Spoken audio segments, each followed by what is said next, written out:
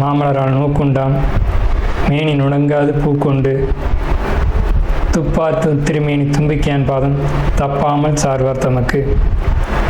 இந்த வீடியோவில் நம்ம பார்க்கக்கூடிய விஷயம் அப்படிங்கிறது மே மாதத்துக்கான பலன்கள். இந்த மே மாதம் அப்படிங்கிறது ஆங்கில மாதம். மே மாதம் அப்படிங்கிறது சித்திரையினுடைய 18ஆம் தேதியிலிருந்து ஜூலை மாதம் தொடக்கம் வரைக்கும், அதாவது சித்திரை வைகாசி 17ஆம் தேதி வரைக்கும் இருக்குது. மொத்தம் 30 நாள் இருக்குது இந்த மே மாதம் அப்படிங்கிறது. இந்த 30 நாளுக்குமான பலன்கள் அப்படிங்கிறது என்ன, 12 ராசிக்கும் அப்படிங்கிறத நம்ம பார்க்குறோம். முதல்ல இந்த சித்திரையினுடைய விசேஷங்கள் என்ன அப்படிங்கிறத பார்ப்போம்.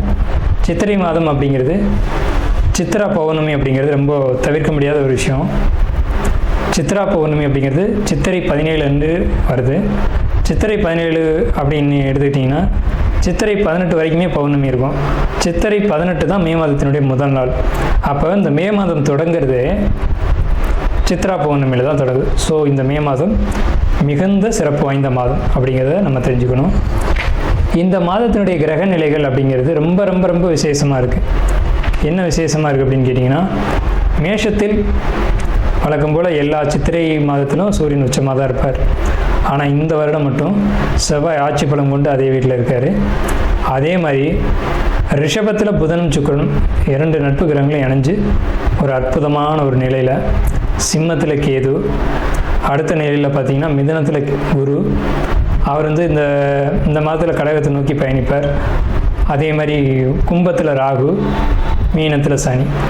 இந்த மாதிரியான விசேஷம் கொண்ட ஒரு கிரக அமைப்புகள் இந்த மே மாதத்தில் அமைஞ்சிருக்குது அப்படிங்கிறது 12 ராசிக்குமே ரொம்ப ரொம்ப ரொம்ப சிறப்பான பலன்களை கொடுக்க இருக்குது. என்ன அப்படின்னு கேட்டிங்கன்னா, 2 சுப கிரகங்கள் அதாவது ஒரு சுப ராசியில், ரிஷபம் அப்படின்றது விசேஷமான ராசி, அங்கே புதனும் சுக்கிரனும் இணைஞ்ச மாதிரி ஒரு மாதம் பிறக்குது அப்படின்னாலே அது விசேஷம்தான். சரி, என்ன மாதிரியான நல்ல பலன்கள் நடக்கும் அப்படிங்கிறத நம்ம பார்ப்போம்.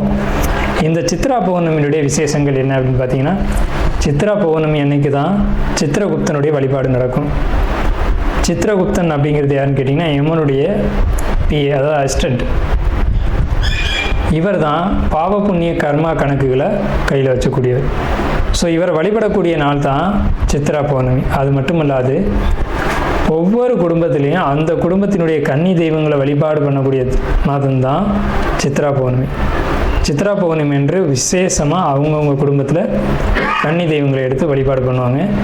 நம்ம வேணால் கன்னி தெய்வங்களுடைய வழிபாடு எப்படி அப்படிங்கிறத ஒரு தனி வீடியோவை கூட கொடுப்போம். ஸோ கன்னி தெய்வ வழிபாடு அப்படிங்கிறது ரொம்ப விசேஷமானதும் கூட, முக்கியத்துவம் வாய்ந்ததும் கூட. இதில் சித்திரகுப்தனுடைய வழிபாடு ரொம்ப ஒரு அவசியமான விஷயம்.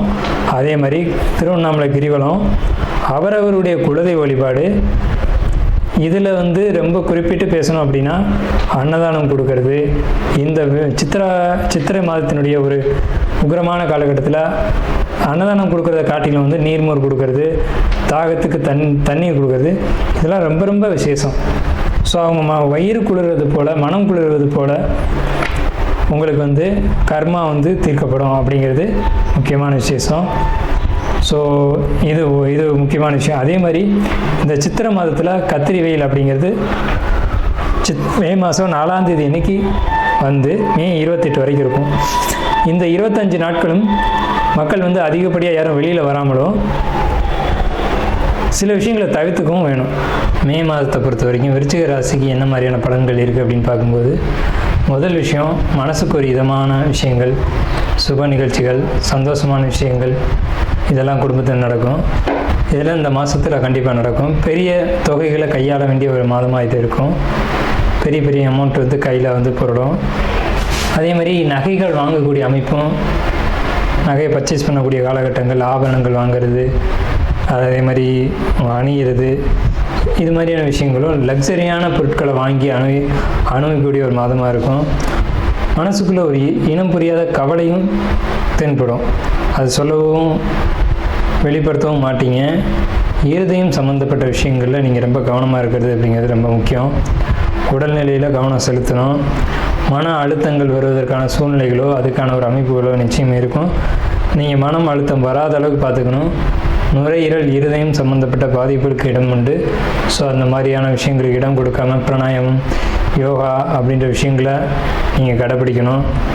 திருமணம், குடும்ப வாழ்க்கை போன்ற விஷயங்கள் விட்டு, அது இந்த மாதிரியான விஷயங்களை பொறுத்த வரைக்கும் விட்டு கொடுத்து தான் போகிறது ரொம்ப பெட்ரு. உங்களை விட உங்களுடைய வாழ்க்கை துணைக்கிட்ட அதிகமான ஒரு விட்டு கொடுக்கும் தன்மை இருக்கும். அதை நீங்கள் புரிஞ்சுக்கணும். குடும்ப வாழ்க்கைக்குள்ளே சில சங்கடங்கள் வந்தாலும் கூட அது ஒரு என்ன சொல்கிறதுங்க, உங்களுக்குள்ளே அது ஒரு அண்டர்ஸ்டாண்டிங் வலுப்படுத்துமே தவிர குறையான ஒரு விஷயங்களை சொல்ல முடியாது. ஆனால் மனசுக்குள்ளே ஒரு தேவையற்ற ஒரு அச்சம், கவலை, ஒரு மன அழுத்தம் போன்றவைகள்லாம் இருக்கும். ஆனால் ஒரு ஆடம்பரமான லக்ஸரியான காலகட்டம் தான். விருச்சிக ராசியை பொறுத்த வரைக்கும் மே மாதத்தில் ஒரு பலமான மாதம்னே சொல்லணும். ஜாப்பில் இருக்கக்கூடியவங்களுக்கு ஒரு முன்னேற்றத்தை கொடுக்கும். குறிப்பாக இயந்திரம், இந்த இயந்திரம் இரவு வேலை செய்யக்கூடியவங்க, இவங்கெல்லாம் பொறுத்த வரைக்கும் ரொம்ப பாசிட்டிவாக இருக்குது.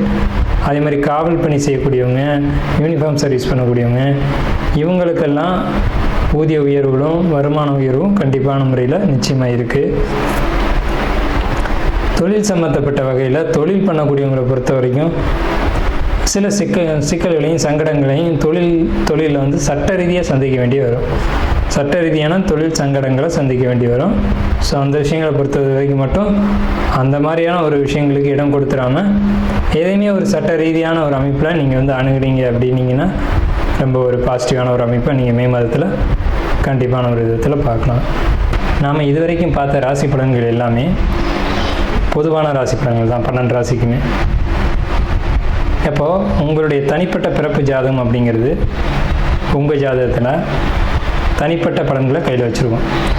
உங்களுக்கு ஜோதிடம் சம்பந்தமான சந்தேகங்கள் இருந்தாலும் சரி, அல்லது ஜோதிடம் பார்க்கணும் அப்படின்ற எண்ணங்கள் இருந்தாலும் சரி, இல்லை ஜோதிடத்தில் சந்தேகம் இருக்குன்னு நீங்கள் நினச்சாலும் சரி, நம்ம நம்பர் கீழே ஸ்க்ரீனில் தெரியுது. அந்த நம்பருக்கு கான்டாக்ட் பண்ணி நீங்கள் எந்த நேரத்தில் வேணாலும் நம்மக்கிட்ட பேசலாம். இல்லை ஜாதகம் பார்க்கணும் அப்படின்னாலும் நீங்கள் அப்பாயின்மெண்ட் வாங்கிட்டு எப்போ வேணாலும் நம்மளை கான்டாக்ட் பண்ணி ஜாதகம் பார்த்துக்கலாம். நன்றியும் வாழ்த்துக்களும். வாழ்க வளமுடன்.